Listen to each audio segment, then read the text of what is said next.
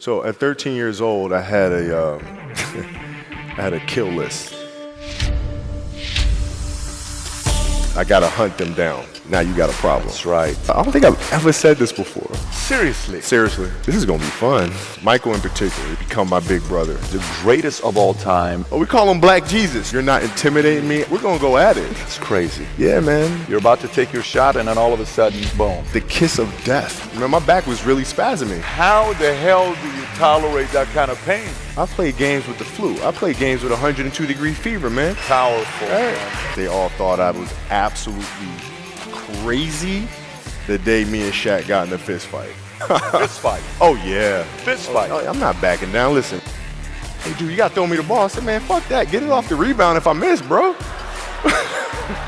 told them this. It doesn't bother you. I'm fine, dude. What the hell do you want me to do? Got it.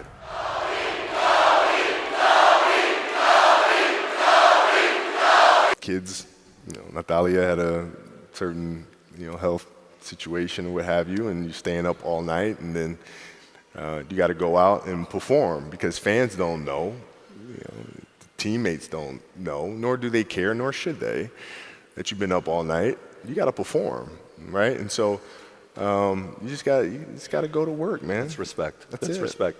And I think one of the things for some, if you follow basketball or not, that you and Mike had in common is that it wasn't, hey, I'm going to take 8 games off this year to try to stay healthy. The mindset of knowing, like that to you is comical, right, to do that. What the hell is that, man? I don't know what that is. That's crazy. Seriously, it's crazy. Like, you got a lot of people paying their hard-earned money to come watch you perform. Perform. It's your job to be in shape. It's your job to be strong enough to perform at that level every single night. And as a competitor, I'm not ducking shit. Like, it's not, oh my God, my back hurts, I'm sore, we got to play Vince Carter and Toronto Raptors tonight. We actually had this happen. We had a game against Toronto in 2000, and Vince was tearing the league up.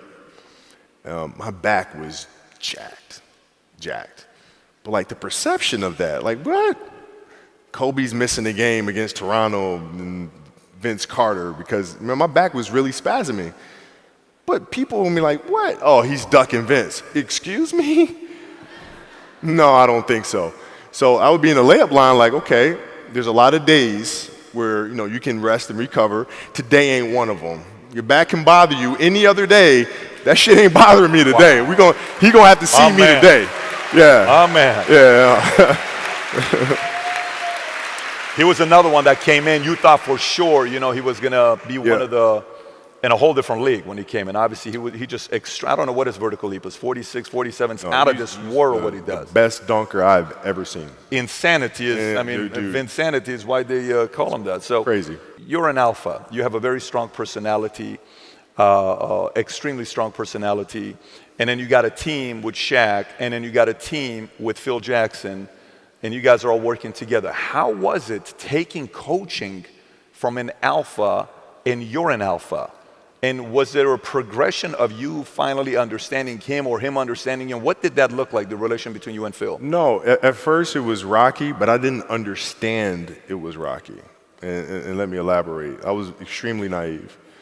And with Phil and his genius, his responsibility was to get the team to a place to win titles. It wasn't to appease one player. It wasn't to look out for this player. It was to get the collective whole to win a championship. So he would do whatever it took to make sure that happened. He would see the friction between myself and Shaquille and say, okay, how can I use that? All right, I know Kobe has a passion to play, so come hell or high water, doesn't matter what's going on in his personal life, doesn't matter what's happening here with the team, he's going to show up and perform no matter what. Shaq is more emotional. If something's going on, he won't. So therefore, I got to figure out how to create a wedge between myself and Kobe because then that brings me closer to Shaquille. And then that helps me better manage Shaq. So that was his ability to manage the team, which was absolutely brilliant. I used to tell him all the time, I said, Phil, look, I know what you're doing, bro. Like, don't insult my intelligence. I know you're being a dick to me on purpose. Like, just, tell me. No? Okay, you're going to stay with it? All right, cool. All right. How's your relationship till today? I mean, you guys won 5 It's like a father figure. Really? Yeah, it feels like a father figure, man. So when you were hearing all the experts saying what they were saying, commentators saying what they were saying about Phil, how were you taking that when they were saying what they were saying about him when he was at the Knicks? I thought it was funny. I thought it was funny. I told Phil, I said, Phil, this is all just karma for writing literally 3 books about me. This is your karma. You told him that? I did tell him that. It was just all in good fun. But I was upset because people don't understand him. And he is a genius in every sense of the word. And how he sees the game, how he sees the spirituality of the game. And people don't understand that. And worse than that, they're intimidated by that. And even worse, they try to discredit that because they do not have the level of passion and obsessiveness to get to that level. So they figure the best thing to do is to tear that level down. That's fucked up. I'm with you. They're 100%, by the way.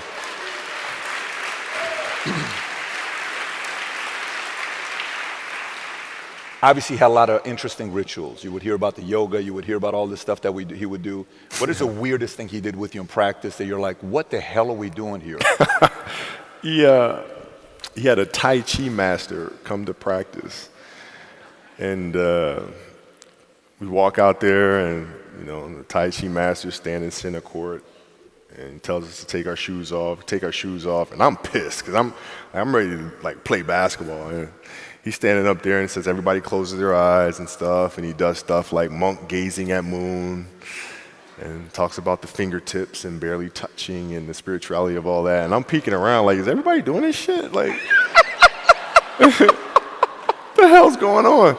And there, and big ass Phil's there doing it himself. He's like, he's doing this whole, doing all this stuff, And I'm like, damn, okay, I'm gonna try it.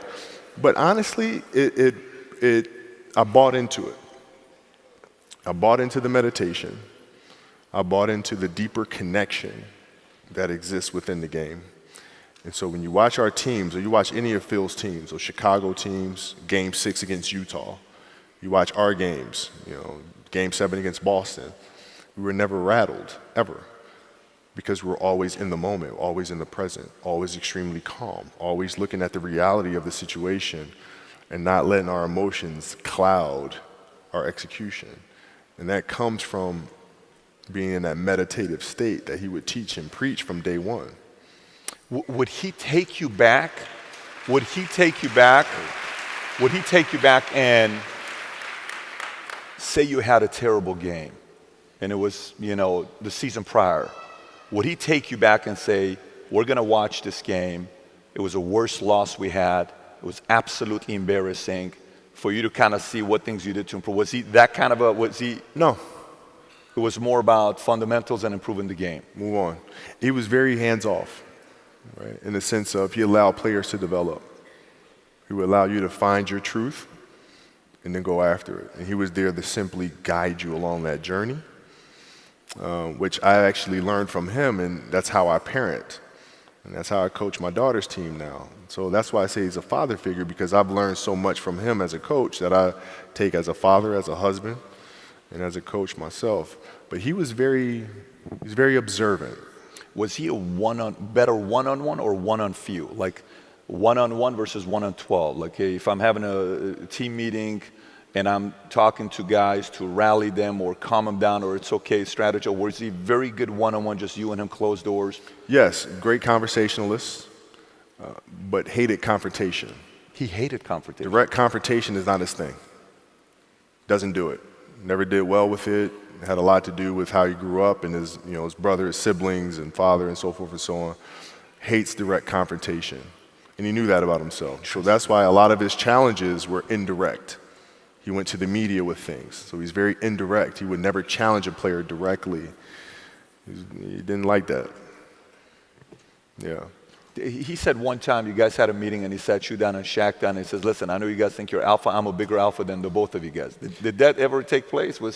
Not really. No, okay. it was more like, he would say it in film sessions, not with me and Shaq. Like, he never sat me and Shaq down. Like him, me, and Shaq. He never said No, the three. God, no. You kidding? Why wouldn't he, though? Is it the confrontation? I'm sure it'd be a little terrifying for him. Got it. I mean, Phil, have you ever seen Phil walk? I mean, Phil, you know, he's got like one good hip on like the best day of his life. It's like if some shit goes down, he's doing nothing to break that up. So I'm assuming it's a little intimidating. But what he would do is he would do things indirect.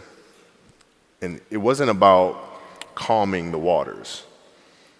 It was about stirring up the waters and creating a storm that eventually would lead this broken ship to the shore it was trying to get to in the first place.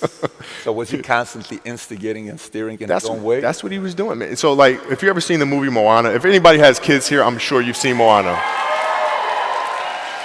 Right? When she goes out and all of a sudden there's a storm and she loses her mind, thinks everything is lost, and all of a sudden she wakes up and she's right where she was supposed to be, that's Phil. Wow, that's a great example. Great example. So we're coming on to the last 50 minutes. I got a list of questions that I'm not going to get to, but I do want to ask a couple of these. You're playing against the Golden State Warriors. Score is 107-109. You guys are close to getting into the playoffs. You know exactly what happens in the game. You go up, you're about to take your shot, and then all of a sudden, boom, Achilles happens, right? Friend of mine, Nima, he is here just to listen to. He played ball. And he told me, he says, Patrick, I don't think you understand. He says, when I tore my Achilles in high school, he says, 4 friends of mine dragged me to my hospital. I was crying from there straight to the hospital. He says, I have no clue how the hell this guy did it. He went and hit the free throws, and then you walked off the stage, and then you got the surgery done. Yeah. How the hell do you tolerate that kind of pain? You know, I use this. I tell this example, and I think this is the best way to explain it. You know, you have a hamstring injury. You pull your hamstring really, really badly. You can barely walk, right? Let alone play anything, soccer, basketball, volleyball, whatever it is. Can't do anything. Doctor tells you go home, sit up on the couch, rest your hammy, right? Stay off of it, don't get up, no sudden movements. You're at home, all of a sudden a fire breaks out in the home, right?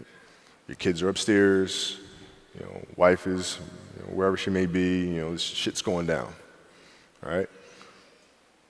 I'm willing to bet that you're gonna forget about your hamstring, you're gonna sprint upstairs, you're gonna grab your kids, you're gonna make sure your wife's good, you're getting out of that house, right? Hamstring be damned. You're not going to feel your hamstring, right? And the reason is because the lives of your family are more important than the injury of your hamstring. And so when the game is more important than the injury itself, you don't feel that damn injury. Not at that time. Yeah. So you go to the locker room. You guys had a shot that, you know, to go into the. You guys were a team that no one wanted to face, even though there was conflict. You know, maybe if you would have gone round one, who knows? Maybe Dwight would have gone together. You know, who knows what was going to happen? It's just you were the kind of team that, look, it's just a pain in the butt to face these guys. We're just hoping you don't make the playoffs, right? I'm sure a lot of people were very happy that you guys didn't make the playoffs that year. But you go into the locker room, and then one of the reporters comes up to you, and he says to you, Kobe, are you convinced that they told you it's probably torn Achilles? They're going to do an MRI. Are you pretty convinced that's what it is? And your answer is yeah. Then one of the reporters says, but if anyone is going to get through this, it's probably you, right? You put your head down and you say, oh man, shit, right? And you have tears in your eyes. Yeah.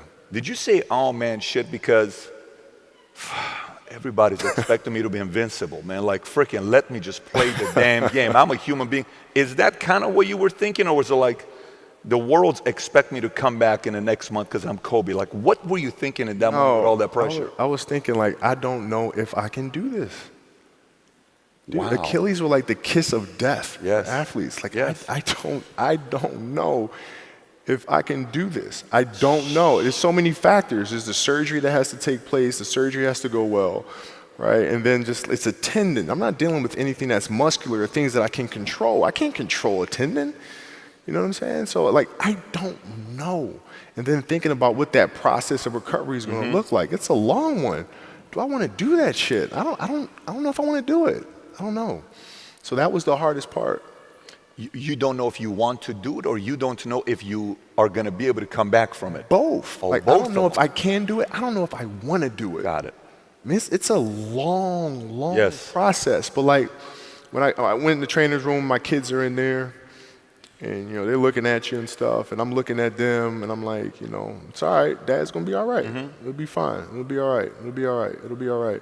As a parent, you gotta set the example. You gotta set the example. This is another obstacle. This obstacle cannot define me. It's not gonna cripple me. It's not gonna be responsible for me stepping away for the game that I love. I'm gonna step away on my own terms. And that's when the decision was made that, you know what, I'm doing it. I'm doing it. You're a freaking beast, bro. Yeah, hey. I notice a lot of times you go and you talk about, like, even the example you use right now. If your hamstrings are this, you're down, your wife's upstairs, your kids, you ain't gonna think about it. So did you have a lot of these scenarios where you used your wife and your kids to use as no excuse, I'm gonna get through this? Was that a mental conversation you had that nobody could hear? Yeah, you gotta lead by example. As parents, you gotta lead by example. If you want your kids to do whatever it is they wanna accomplish in life, you have to show them. You can't. You got to show them. And that's what I tried to do. And you're obviously doing that, man, at a whole different level. I tried. Alter ego. Let's do alter ego, and then I want to kind of go into the story side and how you went into the storytelling. And you went in it. Guys, this guy won an Academy Award. He's a basketball player. How the hell does that make any sense, right? Wins a freaking Academy Award, right? So, alter ego. Alter ego. You know, sometimes we are so worried about what other people think about us. You know, it's like, oh my gosh, what if they think I'm crazy? What if they think I'm over obsessive or competitive? And what if this is like, you're too much. This is just not healthy for you to be thinking this way, right? Yeah. How did you get your mindset into this alter ego to be comfortable being Black Mamba? Like, how did that happen? It's a good separation for me, you know, emotionally, to be able to put myself in a place where at practice or when I'm training or during games, I switch my mind to something else. I switch my mode into something else, right? For me, it's the equivalent of Maximus Decimus Meridius in Gladiator picking up the dirt, smelling the dirt. It's go time, right? So that was my mental switch. It was like an actor getting ready for a film. You got to put yourself in that cage. When you're in that cage, you are that character. And then when you leave there, it's something completely different. But when I'm in that cage, bro, don't fucking touch me. Don't talk to me. Just leave me alone. There used to be certain games, like, for like certain key games. I don't think I've ever said this before. This kind of makes me seem very psychotic, but whatever. I used to play the Halloween theme song over and over and over in my headphones. Pre-game. Seriously? Seriously. And it was important that it was Michael Myers because the mask itself was void of emotion. Void of emotion. It has nothing to do with pressure, it has nothing to do with hype, has nothing to do with camaraderie. It's stone cold killer. And I would listen to that song over and over and over to get, that's when you know you better run, because that's what a lot of people did. Yeah, it's like coming out. You know, it's going to be a tough night. Story. Yeah. So, Kobe, you've probably made in this 50-minute conversation, I don't know, 12 metaphors. So typically people that make metaphors, they're storytellers. To them, everything has to paint a picture. And from the day one, you're talking about you were very curious, right? So when you finished the last game you had, and I'll never forget, we were having a training, by the way, in Dallas, and we finished it. This was 3 years ago. And my sister and I get home. It's 12:30. I was hoping I could catch the game. It's your last game. You're playing Utah. Yeah. And I'm standing up the entire time. I'm getting the last 4 minutes, which is the best freaking 4 minutes. And I see you, Shaq, saying, go for 50. And then you're just going. And you're not hitting easy shots. These are not easy shots. Right. You hit your last shot. You scored 6. Guys, nobody has ever had a 60-point game to retire with. Like, that has never happened. Like, it's insane for this to happen. You hit your 60-point. I got to say this. My sister's in the room.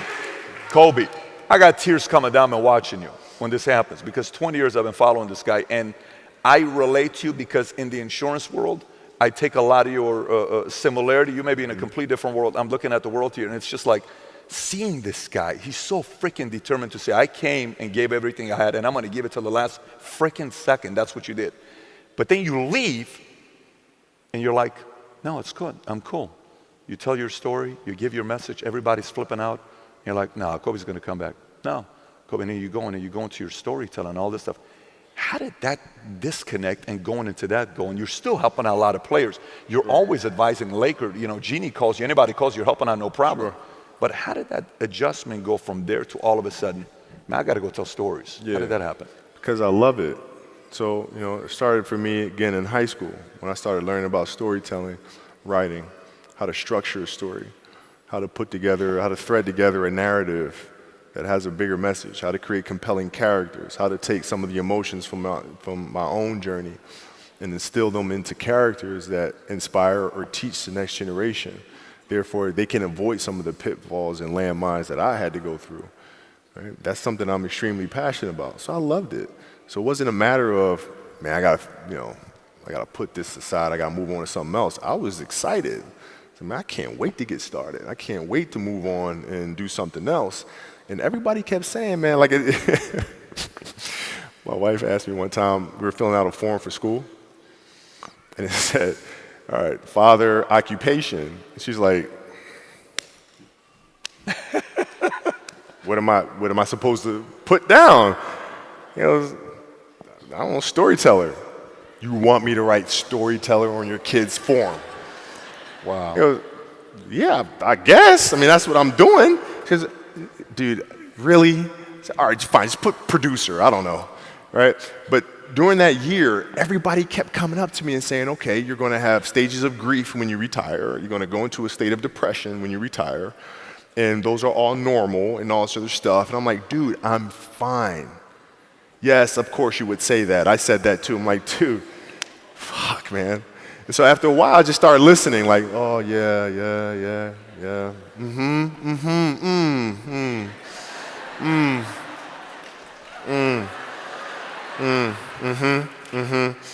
And, you know, and then my competitiveness inside was like, no, I'm gonna do something in the next 20 years that is better than these last 20. You might not understand that. I'm doing that, you know? So the competitiveness kicks in.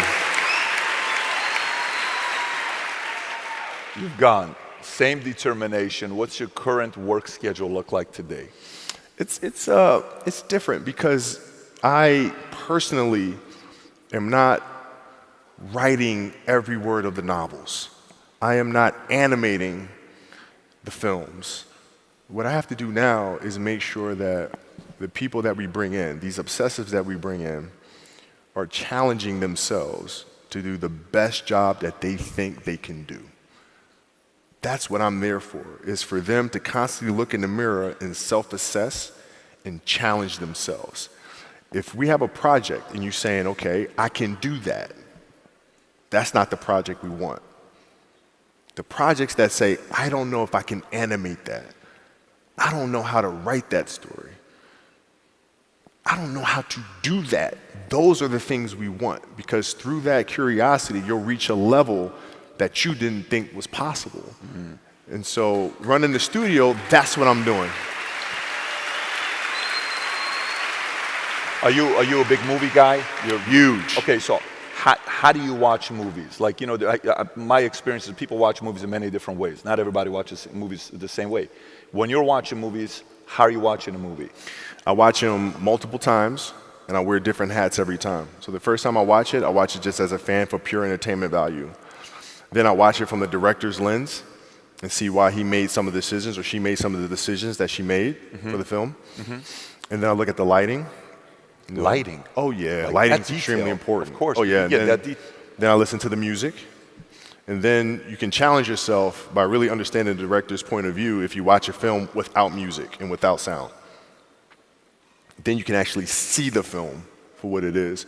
So I watch it at different stages. I mean, obviously, Academy Awards that you won, the gentleman you hired for the sound, wasn't it John? Is it John Williams. John yeah, he Williams, did the music. right? And John Yeah. Williams is like the GOAT in his world. Bro, for he's some the people. modern day Beethoven. Yeah. And this guy's composed any song right now that you can remember from a film, he's done. Superman theme, did that. Indiana Jones, did that. Jaws, did that. Harry Potter, did that. The Olympics theme, did that too. I mean, the list goes on and on and on and on.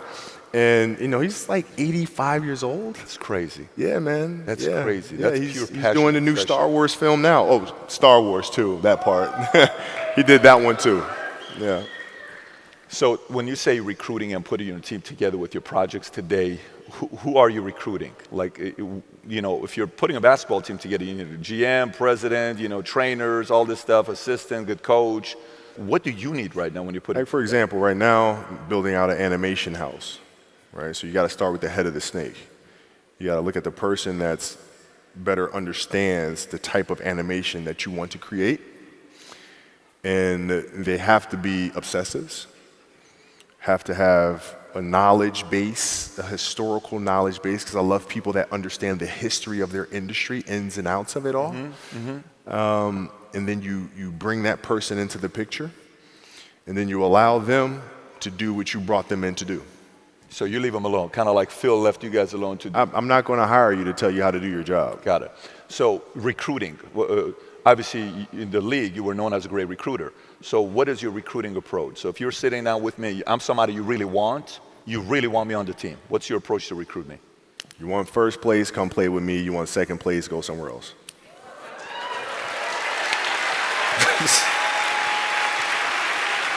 This is too much fun here. Final thoughts, man. What are we going to see with Kobe next 20 years? What other projects you got in mind that you're working on right now? The biggest challenge for us is looking at the entertainment industry and how to diversify it, particularly in animation, but also in writing and young YA novels, middle grade novels, how to create more diverse characters, how do we have better representation, how do we create better opportunities, not just ethnicity, but also gender diversity.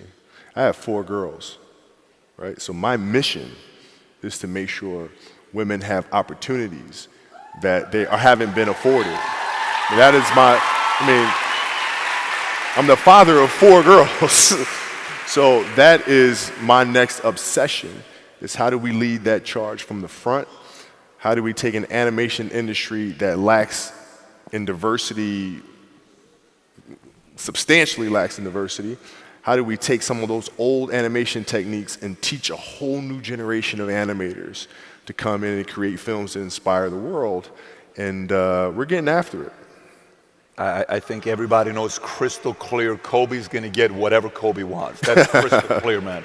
Brother, appreciate you for coming out, man. Truly, this has been a blast. Make some noise, Kobe Bryant. Thank you. I got a gift for you, man. I want to give you a gift. Hang tight. Let me give you this gift. All right. Let me give you this gift. You have it. So first one I'm going to give you is this. This is something that you represent, and we have to go get your size. And it's just saying that post-game, you are now an entrepreneur. So we're giving you a shirt that says, I'm an entrepreneur. Word. Okay, that's yours. Word. Okay? Word. And next one, Word. you said script. So we went and got a Star Wars Force Awakens script signed by J.J. Abrams, brother, because Oh, you know man. that's the next phase. Oh, that's of your amazing. career. I hope Bro, you enjoyed it. thank Truly, you. I hope you enjoyed it. Thank you. Thank you for coming on, man. Thank Truly, you. man. Thank you for coming on. Thank It's been you. a blast. Thank you. Everybody make those. Kobe Bryant. Thank you. I love it. Love, man. Love.